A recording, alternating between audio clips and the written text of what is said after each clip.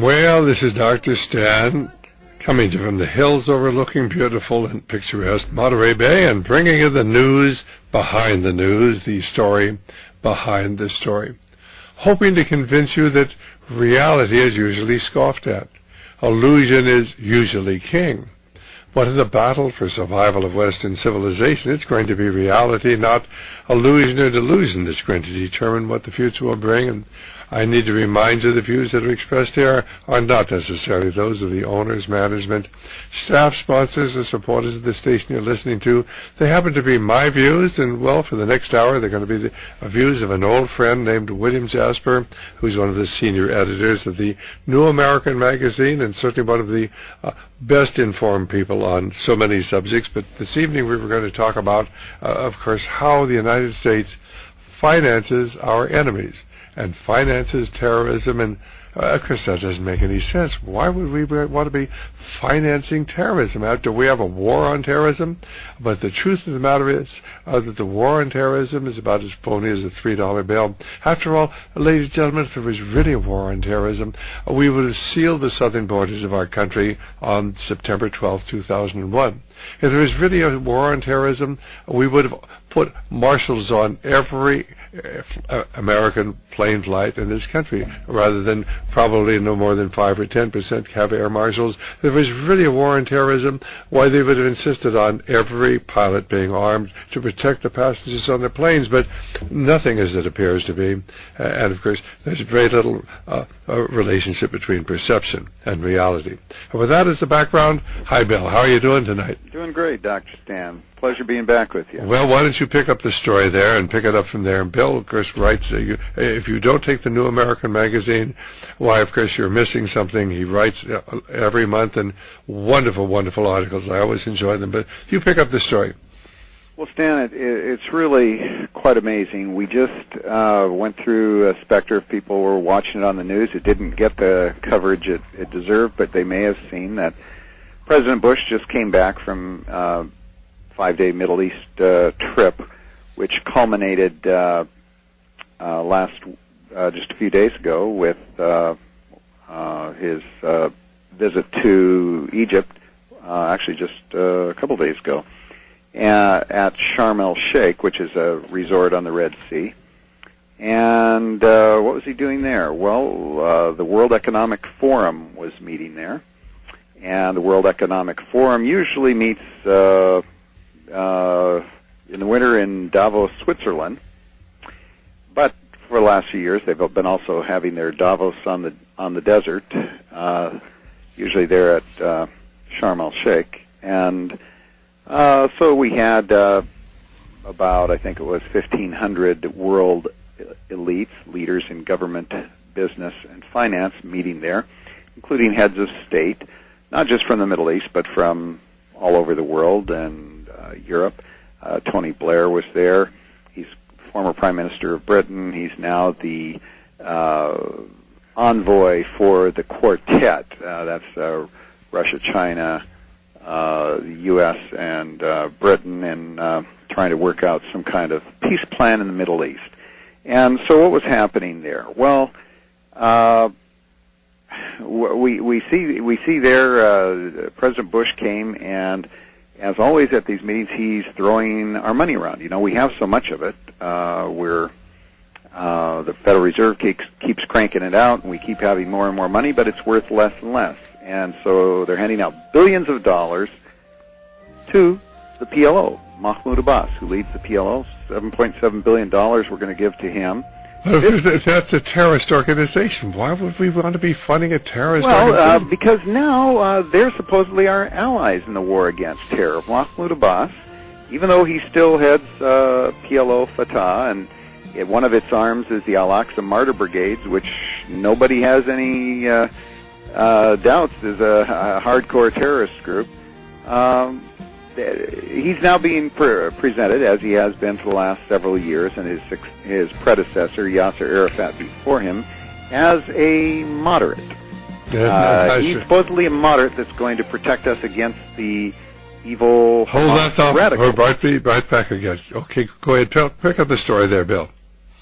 So in my latest issue article in the New American Magazine, the cover story, Terrorism, a Bad Investment, we ask the questions and we show the photos saying, okay, well, if Mr. Abbas, the head of the PLO, the head of the Palestinian Authority, is our new ally, and we're going to give him billions of dollars, we already have given him billions, this year over $500 million, and he's going to protect us against Hamas, how do we explain that right after this was announced last November, he went off to Damascus and met with the head of Hamas, Khaled Mashal, and they worked out an agreement, and it's all out there in the Middle East press. Hamas and PLO are going to work together, and they have been working together. In fact, over the last several years, even though they fight amongst themselves, just as the mafia gangs do, and the Bloods and the Crips fight amongst themselves, they unite when it serves their purposes. And a lot of their top leaders have said that explicitly, and their actions show that they do. So we're giving billions of dollars to one terrorist arm, supposedly to protect the world against another terrorist arm, and both of those arms are working together. My understanding is that recently, of course, we've been training the soldiers, large numbers of soldiers of Fatah, these Palestinian terrorists. We've been training them over in Jordan and arming them and giving them all sorts of military experience so that they can go back and, of course, use that experience against the Jews. And the average American really believes that we're trying to protect Israel, and yet we're financing their better enemies. It just doesn't make sense, Bill. We're financing all sides in the area. We're giving, Israel has been our largest recipient of aid for years. We give them around $3 billion a year. This year it's supposed to be around $2.4 billion in military aid. But then we give Egypt, supposedly its enemy, quondam friend, $1.4 billion, and then we give Jordan $370 million, I believe it is, and we, at this latest Sharm el-Sheikh gathering, we pledged $50 billion, or rather, President Bush said he's in favor of all of us collectively, meaning the led by the United States and the other donor countries, $50 billion to Afghanistan, more to Yemen, more to all these other different countries in the area. That's bad enough, but when we actually shovel it out to terrorist groups themselves, like the PLO, Palestinian Authority, and even to Hamas, who are supposedly the radicals, we're... Hold that thought. We'll be back in just a moment here with Bill Jasper. Well, this is Dr. Stan, and Sydney Bill was just talking about how we fund both sides in the Middle East. We fund the Israelis, we fund the Jordanians, we fund the Egyptians, we fund the Fatah, and even Hamas. Hamas, of course, is supposedly these really nasty terrorists who want to destroy Israel, but of course we're funding them as well. What was that all about, Bill? Well, we've actually given money to several of the Hamas fronts, U.S. taxpayer money, to U.S. aid, to so-called universities and Hamas charities in West Bank and Gaza that are actual training facilities for the Hamas terrorists. Also, we are giving money to the PLO for supposedly Mr. Abbas, the moderate, remember, to train his presidential security force and Force 17. When it's public knowledge, it's easily, and people can easily find it on the internet, on the Hamas's own websites and other Middle Eastern sites, where many of these same commanders of Mr. Abbas's Force 17 and Presidential Security Force are actual Hamas commanders or Al-Aqsa Martyr Brigades commanders. The Al-Aqsa Martyr Brigades are the hardcore suicide bombers of the PLO, which have carried out more suicide bombings than either Hamas or the Islamic Jihad. And they have joined with, over the years, including just this year, joined with Hamas in their various attacks on Israel. And that's all public knowledge, and yet most Americans are not aware of this, and so our government, the Bush administration is continuing the same policies that were ongoing during the Clinton administration and that had actually preceded the Clinton administration with the first George Bush senior administration, funding both sides in this case. And I think really what's so difficult for people to accept is that this could really be true. And when they read these things, it doesn't make any sense, so they sort of shrug their shoulders and say, well, I don't understand it, but, well, of course, there must be a reason for it. Let's go on to the next issue. And I think what's so important is for people to understand this is a standard technique. We used it with the communists, we used it with the Nazis, we build up the best enemies money could buy, and we fund both sides in most conflicts. And the American people, until they understand that, nothing makes sense. Once they understand it, everything makes sense. Well, here's where I ask people: just go to the articles themselves and the links. Go to www.thenewamerican.com, and on the right-hand column now, it's not on the front page column anymore, but on the right-hand column there, it's two articles: Global Blowback and Terrorism, a Bad Investment. They can see the news photos themselves of Mahmoud Abbas being carried through the streets of Jenin while he's being on the shoulder of Zakaria Zubaydi, the head of the Al-Aqsa Martyr terrorist brigades. And this is our moderate guy being carried by a suicide bomber commander, and we're shoveling billions of dollars to him. And this is incredible. This is at a time when we are told that we have to change our whole lives, and our lives are being changed. I just got back from, almost every month I'm on a number of flights around the country, around the world, and I have to go through all these security things, as does everyone else who's been to an airport since 9/11. We are quickly having government surveil and monitor and search us in all aspects of our lives, and we're told that this is necessary because we're trying to defend ourselves against terrorism, and yet we are leaving our borders open. American citizens like you and I are being searched and monitored and surveilled, but we're leaving our borders open still, and people who are not citizens are coming in here. They're not being subjected to those same kinds of rigorous scrutinies that we are. And we are sending our young men and women in uniform halfway around the world to fight this war on terror, and we're spending hundreds of billions of dollars. The Congressional Research Service, or the Joint Economic Committee of Congress last November, pointed out that it was, to this point, somewhere around $700 billion we have spent in the so-called war on terror in Iraq and Afghanistan combined. And that does not include the interest on the debt for the monies that we've borrowed for that. It does not include the medical benefits commitments to those men and women who've been injured and wounded over there. It doesn't include survivors' benefits to those who were killed. It doesn't include the rise in the price of oil because of the disruptions caused by the war. When all of that is considered, it's more like 1.5, double that, about nearly $1.5 trillion, and that's just so far. If we take out our commitments to 2017, and President Bush and McCain and some others have said we're going to be there 50 or 100 years.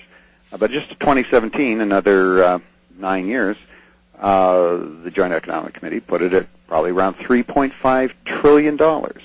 Now, you tell me, where are we going to get the funds for that? The U.S. dollar is tanking. The once mighty U.S. economy is being driven into the ground, and the dollar is falling. The prices on everything, on food and our oil and everything, are rising. Where are we going to pay for that, and how are we going to remain strong and be able to protect ourselves against terrorism or any other kind of national security threat if we're bankrupt? This kind of thing is not sustainable, and trying to fight a terrorism war with a conventional army is idiotic and suicidal. And I think many of our military commanders will tell you exactly the same thing. And of course, one of the things that always amazes me, is the fact that everybody knows we're funding Pakistan. But of course, anybody who looks into that will understand that the Pakistani army, which receives our money, funds the Pakistani ISI, their intelligence, which funds the Taliban, who are killing our boys in the rice, in the poppy fields and the villages of Afghanistan. Now, why would we be giving money to Pakistan that is funding their intelligence is funding the Taliban? That's almost as stupid as what we did in Vietnam, where we funded the Russians who funded the North Vietnamese, who funded the South Vietnamese, who killed our boys in the rice paddies and villages of South Vietnam. It's like deja vu all over again. Well, yeah, I mean, just look at the situation in Iraq today. First of all, we know that it is perfectly constitutional. It's perfectly sensible, and it's in accord with Christian just war moral principles to engage in self-defense. When you're attacked, you're justified in hitting back, both for retribution as well as for immediate defense. So when we were attacked on 9/11, and Osama bin Laden and Zawahiri and Al-Qaeda were identified, it was perfectly legitimate for the United States to strike back and kill or capture them. So invading Afghanistan for that purpose was justifiable. Staying there for the next 50 or 100 years because we are going to remake the region and rebuild the region and restructure it to fit a Western model of, as President Bush says, democracy and liberty, is not justifiable. We went in there. You're not able to get them with all the military forces that we went in there with. Then you withdraw and you begin using the proper means of intelligence and small squads that would go around and surreptitiously get them. The Israelis have proven that that's a very effective means of dealing with these people. You don't go in and, as they've found out in other futile efforts of going into Lebanon and elsewhere, and engage in massive attacks that have huge collateral damage and that turn all of the Muslim world against you. So Afghanistan was justifiable. Iraq was a totally different matter. If you look at the time when Bush took U.S. forces into Iraq, most Americans, led by misstatements and sly disinformation from the administration, the polls showed that most Americans thought that Saddam Hussein in Iraq had something to do with 9/11. That evidence has never been forthcoming, and the administration never explicitly said that, but they let out enough information that Americans who don't follow this closely thought that the administration was proving that Saddam was behind it, so we were justified into going into Iraq. And besides, he said we're going to find weapons of mass destruction, and we're just going to remove Saddam. Well, we went in there. There was no evidence of 9/11 ties. There were no weapons of mass destruction. Saddam Hussein was removed. Then he went into hiding. Then we found him. Then he was captured. Then he was tried. Then he was executed. President Bush went in there on May 1st of 2003, said mission accomplished. Well, that was 5 years ago. That was 4,500 lives ago, 30,000 wounded Americans ago, and of course hundreds of thousands of Iraqis dead. Now it has changed again. We're going to stay there, not because it's a war on terror, but in this ever-changing measure and goals there. We've got now the goal of establishing liberty, creating democracy, creating a Western-style government there. And of course, the thing is, I don't think the Iraqis want a Western-style government. And even who is the exemplar there? Well, the new al-Maliki government. And as we show in our magazine, we've got all the al-Maliki is supposedly our ally against the radical Ahmadinejad next door in Iran, and yet here you see al-Maliki going to Tehran, meeting with Ahmadinejad, Mr. Ahmadinejad coming from Tehran to Damascus or to Baghdad and meeting with al-Maliki, and the same with all their other top leadership. So I don't think anything as it appears to be, and of course I think that the American people are not being told the truth until they understand that I believe we are never going to leave there. Our goal is to stay there indefinitely. Once you understand that, it all makes sense. Well, go right ahead, Bill. If we allow that to happen, that's a death knell for the United States. We are already. It's completely unsustainable economically or militarily, and all of the honest generals and admirals that have said that have been canned by the administration. The honest economists and people in Congress that are willing to say that are out of favor and are not given any media time. But I mean, it's common sense. We cannot sustain that kind of an economic drain, nor do we have the military to do that. At the very same time, just this past week, the Congress, House of Representatives, considered the administration's Merida plan, named after the Mexican town of Merida, where President Bush met with Mexican President Calderon. And this is supposedly to help with the drug war on our border. And you may have seen just this past week all the shootouts that they're having in Juarez and Laredo and Tijuana. Right on our border, the drug cartels are declaring open season on the police, and many of the drug cartels have their own people in the police and the military. So what's the Bush response? Well, we're going to give the Calderon government, which is completely infiltrated and permeated and corrupt, with many of the drug cartels operating within the administration. We're going to give them, the Bush administration wants $500 million as part of the drug war effort. It's the same thing as the terror war. So rather than give our own Border Patrol the resources that they need to patrol our own borders, he's going to pour more money. He wants to pour more money, and Congress is weighing this now, the House and the Senate. The House passed a smaller version of his bill. The Senate is going to be voting this week on a similar plan to pour this money into Mexico. And this is at a time when President Calderon refuses to extradite criminals to the United States to stand trial.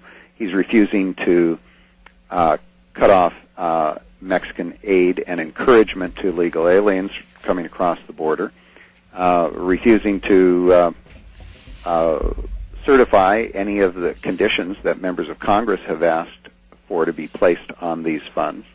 In fact, he came out and said several months ago, he said, I need that money, I want you to give it to me, and I don't want any conditions or restrictions put on it.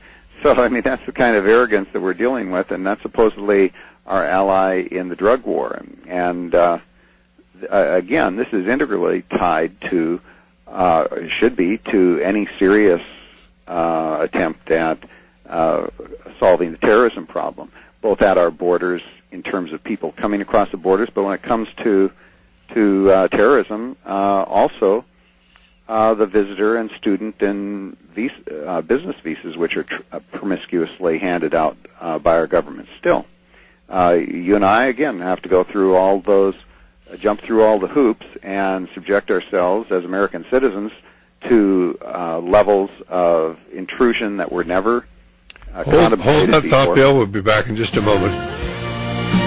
Well, this is Dr. Stan. Our guest is William Jasper, senior editor for the New American Magazine, and of course he's talking about our relationship with Mexico. Today, of course, Mexico is more or less a lawless country. There's certainly shootouts in Tijuana and many of the other cities there, where the drug lords actually have targeted the police. They recently assassinated one of the major leaders of the police force in Mexico. Of course, the drug lords have infiltrated the government, Calderon's government. They have their people in all sorts of positions down there. And what's our solution?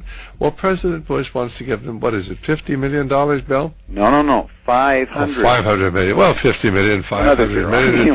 Right, a zero no, here, zero 50 there. million. Actually, then there's another 50 million to go to other Central American and Caribbean countries. But where's the money coming from, Bill? We're bankrupt. We're having to borrow $2.5 billion a day just to meet our bills, and they want to give away more money. What sort of insanity is that? This is so incredible. I mean, the president here, supposedly representing the GOP, the tight-fisted Republican Party. Of course, you and I know that isn't the case, but that's what the Republicans like to present themselves as. And in fact, President Bush has been so promiscuous about handing out money. Every time he goes to any country, he just starts, and he's been traveling all over the world this past few years. Everywhere he goes, he's got a package of aid. We're going to buy our friends and buy goodwill. It doesn't matter where. To the United Nations, most conservatives or Republicans you talk to, oh, Bush, he's against the United Nations. He's given more money to the UN than any other president before him, probably more than all of them combined. Just with the UN AIDS program, for instance, he's committed us to $15 billion. You look at any of he's put us down for the Law of the Sea Treaty. This coming weekend, the big summit in Greenland on the Law of the Sea concerning the Arctic sea rights is taking place, and we have two of our correspondents there who are going to be reporting from there. But President Reagan nixed our participation in that, but now President Bush is pushing forward with that, and that would give the UN authority to tax and to regulate all of the sea lanes of the world, all of the oceans, all of the seas, all of the inland seas, all of the coastal waters. Would give them authority over the seas, under the seas, in the seas, over fish, over minerals, oil, gas, all of those things. And this is incredible. It's insane. And President Bush and Condoleezza Rice, Secretary of State, the rest of the administration are pushing all for this. That would give the UN its first full stream of independent revenue, so it would no longer be beholden to national states. Wouldn't have to worry about offending national sovereignty or offending elected representatives anymore. So, I mean, this is just one of the many things that he's doing. He seems to want to give away money everywhere, and yet then he talks about how we have to tighten our belts. And this is destroying the Republican Party. Representative Tom Cole from Oklahoma, who's in charge of the congressional Republican campaigns, is finding this out. In fact, he just recently, I was just reading today, he was saying we've got to reshape the Republican Party and get back to basics and convince the American people that we're concerned about the economy and we're going to watch their dollars. Yeah, they're going to watch them all right. They're going to watch them as they flush them down the toilet there. That's what the Republicans have been doing. They've been trying to outspend the Democrats.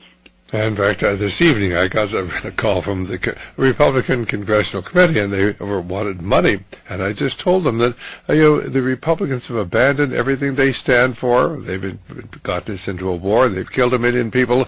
And if they think that I was going to give them any money to further the Republican agenda, why, of course, I didn't. I certainly couldn't support the Democrats, but I could not support them either. Thank you so much for calling. Don't bother to call again. And I think they're probably getting this sort of response all across the country. I think they're very, very worried because an awful lot of Americans who've been traditional Republicans are furious with them because the leaders of the Republican Party have betrayed everything they stood for. Right. If you want to support genuine constitutionalists, people who follow the Constitution, who are Republicans, that is great. If there's a Ron Paul type of candidate out there who will buck the Republican establishment, who has become virtually a carbon copy of the Democrats in Washington, then that's worthwhile. But to give it to the party leaders who are destroying the party, that's nonsensical. It's suicidal. And I think, of course, this could very well lead to the demise of the Republican Party. The vast majority of conservative Republicans, 80% of the conservative Republicans, do not like John McCain, not going to vote for him. Where are they going to go? Well, that's the thing. The Republicans think, well, we've got them trapped. Hold they won't on, go to Hillary or just a Obama. moment here.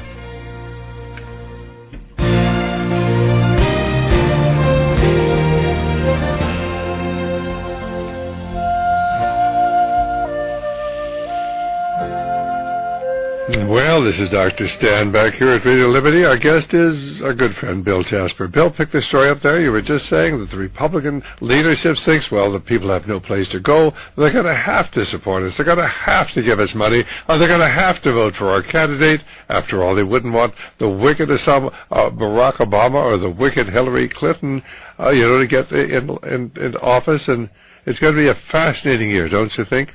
Well, it is. I mean, it's similar. These quadrennial charades that we've been seeing for as long as you or I can just about remember, virtually for the last generation, that is what we've been treated to, a charade, because we've seen at the top levels of the Republican Party, the Democrat Party, we have elitists, globalists who are in favor of all of these phony free trade agreements that are destroying our economy and gutting our manufacturing base.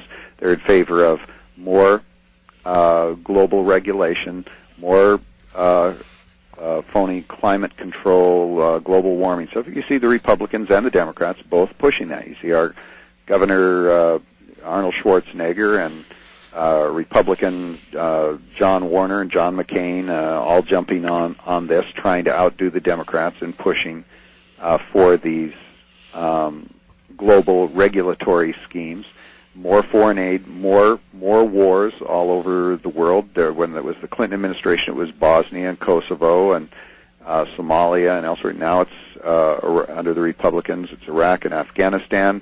And while President Bush was in the Middle East at the World Economic Forum conference in Egypt and before the Israeli Knesset, he started rattling the sabers again on Iran and Syria, and making it sound very ominous, like before he leaves office, he wants to go into those countries. No, because I'll tell you what, Bill, I am very, very worried that he's actually going to do it. I think that he's looking for any excuse, and if he doesn't have one, he'll make one. I believe that he and the people who surround him are determined, of course, to expand the war in the Middle East, and if that happens, may God have mercy on our nation.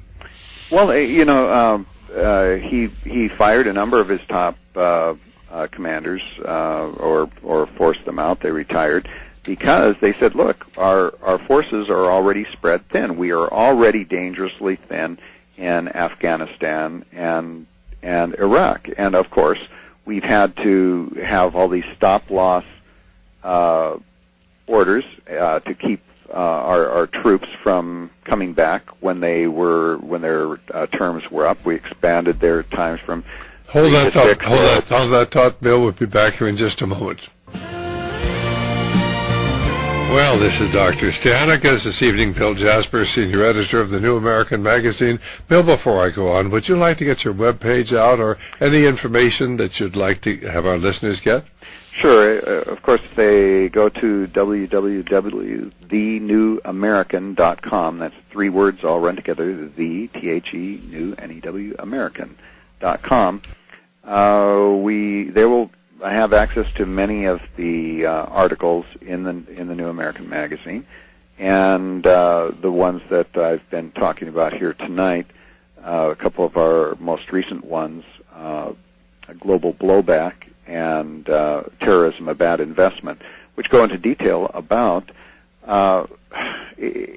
all of these cases we've been talking about. And here's the thing that's so disturbing, Stan, it should be to Americans. This is not just a case of some kind of a crazy mix-up in one instance of the United States supporting Mahmoud Abbas, certified terrorist for all of his adult life. He was Yasser Arafat's lieutenant for 40 years. He was one of the guys who planned and financed the Munich Olympics terrorist attack by Black September back in 1972, who was in on it with Yasser Arafat when he ordered the execution of American diplomats, Ambassador Cleo Noel and George Moore, back in the following year in 1973, clear up to now to the Al-Aqsa Martyrs Brigade suicide bombings. So people go, God, this is crazy. Somebody must just be asleep at the wheel. But then when you see case after case, him going in to Albania in January and praising communist radical Islamic dictator Salih Berisha there, and welcoming him and praising him for being such a tolerant leader. And at the same time, in the last year, the Berisha government in Albania has destroyed hundreds of churches, Catholic and Orthodox and evangelical churches, virtually driving all of the Christians out of Albania. And it's just insane that our president could be embracing these kinds of individuals while proclaiming and professing a war on terror. Basically, it is a war on terror to ensure that terrorists win. All across the globe, we're supporting terrorists who our leaders are saying are going to protect us against other terrorists. Well, I'd like to refer to them as the finest terrorists that our money could buy. And, of course, you're going to the background of this movement, why it has been certainly going on all along. You go back, and the original funding of Hamas came from the United States and Israel. But we carry a book called that goes into the back, the Devil's Game, I think is the title of it, and it goes into the background of this. Well, one of the other things that I'd like your readers to keep in mind, and maybe they put as a Google alert. I do this. The name is Primakov, Primakov. Primakov. First name is Yevgeny, but they might not get that. Yevgeny Primakov. He is now one of our supposed top allies in the war on terror. And who is he? You put him down as a Google alert, you'll see almost every day of the week he is hopping from one Middle Eastern country to the next. He is, and now we are told, the president of the Russian Chamber of Commerce.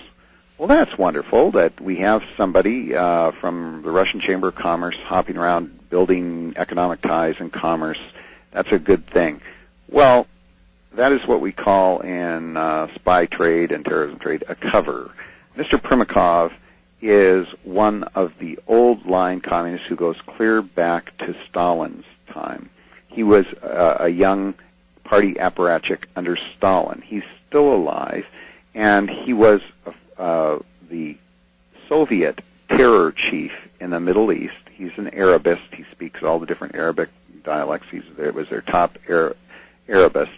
And he was, during the 1970s and 80s, running all of the Soviet terror network, or overseeing it in the Middle East. That means the PLO, that means the PFLP, the Hezbollah, all of the different groups for the Soviet KGB. Now, then he went on to become a prime minister and foreign minister and prime minister, and now he's been appointed as president of the Russian Chamber of Commerce. This allows him to go around and continue all his old business. And just in the past couple of weeks, he was in Iraq, where he met with President Jalal Talabani. He went to the Kurdish part of Iraq there, met with the top leaders there. Before that, he was in Yemen. Before that, he was in Egypt. Before that, he was in Saudi Arabia. He travels around all the time, and when he's not doing that, he's in Moscow or somewhere else with Henry Kissinger. Henry Kissinger and Mr. Primakov have both been appointed by Russian President Vladimir Putin as co-chairs of the U.S.-Russian Task Force on Terrorism. And so they are leading an international cast of characters who supposedly are figuring out how the U.S. and Russia are going to work together to stop all this terrorism around the world. Meanwhile, Mr. Primakov is continuing all of his same age-old policies of supporting terrorism for Russia and what is now called the FSB. That's Putin's KGB. The FSB, which is all these KGB veterans from the 1960s, 70s, and 80s who were promoting terrorism all around the world, are still carrying out their same business. They're still supporting Hamas and Hezbollah and Islamic Jihad and Al-Qaeda and all of the various terrorist groups around the world, all of which, any of any significance during the 1960s, 70s, and 80s, were all being supported by Russia and its surrogates in communist Romania, Czechoslovakia, East Germany, Bulgaria. That is continuing, and in fact, I'm sure you're probably aware, and many of your listeners may be aware, that our supposed number one terrorist bête noire, Al-Qaeda, is led by Osama bin Laden and Ayman al-Zawahiri. Mr. Zawahiri has spent a considerable amount of time in Russia and communist China. And Alexander Litvinenko, the Russian KGB FSB defector, brought out in 2006 that Ayman al-Zawahiri, our guy that we're supposedly looking all over the world for, and that Russia, Putin is our ally in helping us find, was actually working for, was trained by, paid by, and by the Russian KGB FSB. And that this was, while pretending to be our ally, Putin was actually still sponsoring Al-Qaeda and many other terrorist groups. And we know this to be the case. If you watch the Russian press, as I do, you'll see just about every day in Novosti and the other Russian press that Mahmoud Abbas of the PLO and Khalid Mashal of Hamas and Hassan Nasrallah of Hezbollah and many other of the top terror leaders are constantly coming and going from Moscow. And that Hamas, which has been very successful in recruiting young people via its internet sites, runs its internet sites out of Russia. Now, if Mr. Putin were really our ally in the war on terror, he could shut down those internet sites for Hezbollah and Hamas. But not only does he not do that, it's pretty well understood that he provides technical people to help them make their websites more effective. So we have a lie going on here. The administration, with all the CIA, NSA, with all of their vast capacities, they know this, and yet, just as we have Mr. Abbas being presented as our ally against terror, just as we have the government of al-Maliki in Iraq being presented as our ally against terror, so we're told that Russia and China are our big allies against terror. And the guy that we're pinning our hopes on the most, Mr. Primakov, is working together with Henry Kissinger, and they are supposedly our top strategists against terror. And Mr. Primakov is continuing his same terror leadership role that he has had for decades. So this is where we are today. And if Americans really are wanting to see positive change, that isn't going to happen as long as we have the same people in power that have been carrying on these kinds of betrayals of America for years. And I think it's so important that I think our listeners understand that there really is an elite, and Henry Kissinger is one of the leaders of that, who have a different agenda. Their loyalty is not to America, but it is to establishing a world government. We're going to need Russia's support and communist support from China, and of course we are installing all throughout the world people who will go along with that agenda, but we can never let the American people understand what this is about, and we keep their attention focused on the threat of terrorism, while, of course, we're losing our freedom here at home. Well, yes, when the major media pretends to cover these issues, but mostly they're keeping people focused on Paris Hilton and Britney Spears and Jessica Simpson and every other celebrity scandal that comes along. When they do deal with actual substantive issues, it's to distract people and lead them off in the wrong direction by, for instance, presenting Mahmoud Abbas as our moderate ally. And when the administration uses those terms, as Condoleezza Rice and George Bush and others have, you don't see anyone on Fox or NBC or CBS or CNN challenging them and pointing out not just Mahmoud Abbas's 50-year history of terrorism, but his current involvement of his government in supporting the Al-Aqsa Martyr Brigades, Islamic Jihad, and Hamas. And so it's bad enough when we're giving billions of dollars to them, and now it's billions. Then, as you pointed out, then training many of their people in Jordan and other places in the Middle East, but we've actually been bringing top PLO terrorists. I mean, that's the only way to describe them, people who have known records as terrorists, who have carried out terrorist acts, bringing them actually here to the United States and training them, our FBI, our Marine snipers, our Army people are tasked with training them to be better snipers, training them in, as I point out in my article in the New American, quoting some of the PLO commanders. They said, we're being trained by the U.S. in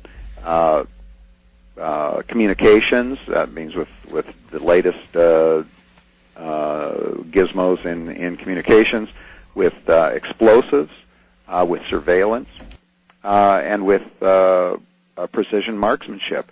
And in fact, I showed some U.S. military personnel the rifles, photos of the rifles and telescope and scopes that they have on their rifles, and they go, "Dang, we don't get that good of equipment over in Iraq. We'd like to have that." So we're giving these terrorists better equipment than we're giving many of our troops in the field, and that all these things are a terrible betrayal of the people we're asking to put their lives on the line. Not asking to, we're ordering them. Our government is sending these people over there, and then when their time's up, they keep them there, and they send them on another tour and another tour. And meanwhile, we're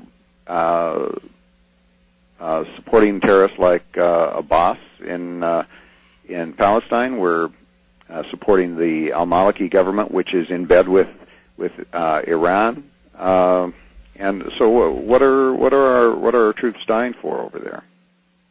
Well, that's a very, very good question. I think everybody who really cares about our troops should ask that question. Everybody says, if you don't support our troops, you're not a good American. Well, how can you possibly support sending our troops over there to fight and bleed and suffer and die in a war that they're not allowed to win? They're not giving the equipment they need. I know that you're as patriotic, and I believe I'm as patriotic as anyone. Back in the 60s and 70s, we were being criticized by the media and people on the left as being super patriots. I don't mind being called a super patriot as long as it's being properly understood.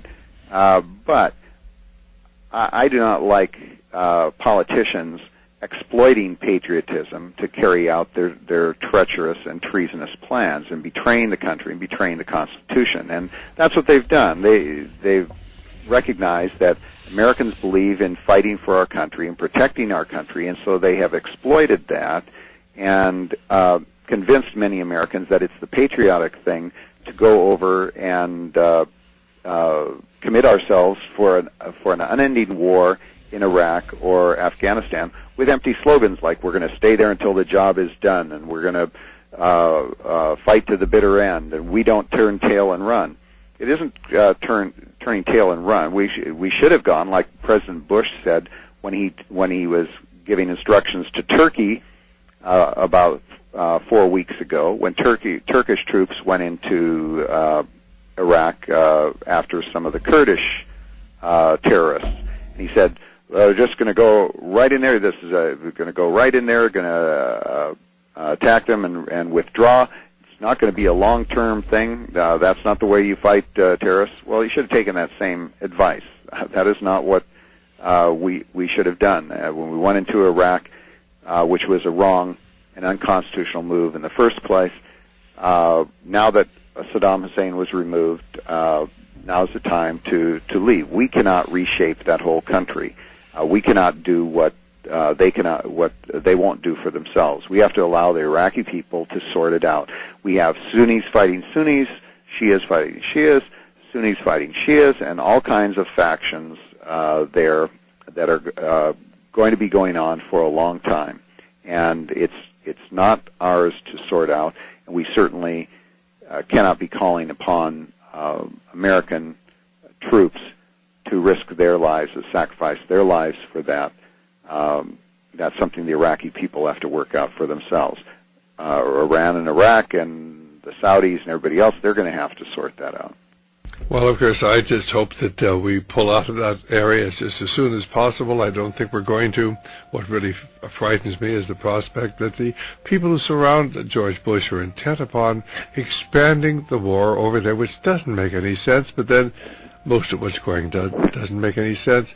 Everything points to the fact that they are going to find one or another excuse for going to war with Iran and then with Syria, and this could certainly disrupt the entire Islamic world in the Middle East, and there could be a revolution in Pakistan, and suddenly we will find the Islamists having control of the 200 or so nuclear weapons that are in Pakistan, and then what do you do? Do we bomb Pakistan? Well, we'll be back here in just a moment to wrap up the program. Our guest has been Bill Jasper, and Bill, please hang on the line for just a moment here. Sure will.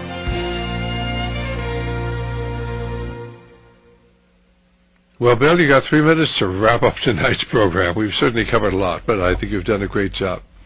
Well, this is too much for people to absorb in a very short time. It's something you have to look at and read and study, and we've tried to encapsulate it in a couple of articles with many important links, and that's at thenewamerican.com, our article Global Blowback and Terrorism, a Bad Investment, and that will provide the details that people can see for themselves and go to the actual sources and verify for themselves that this is where we're going. And hopefully, the American people will, we're in an election year, and this is one of the times when the politicians are somewhat attuned to what the constituents are thinking, because they want your vote. And the Republicans are banking on the fact that they can just play the patriotism card and say, we've got to fight this war on terrorism, and this is the way to do it.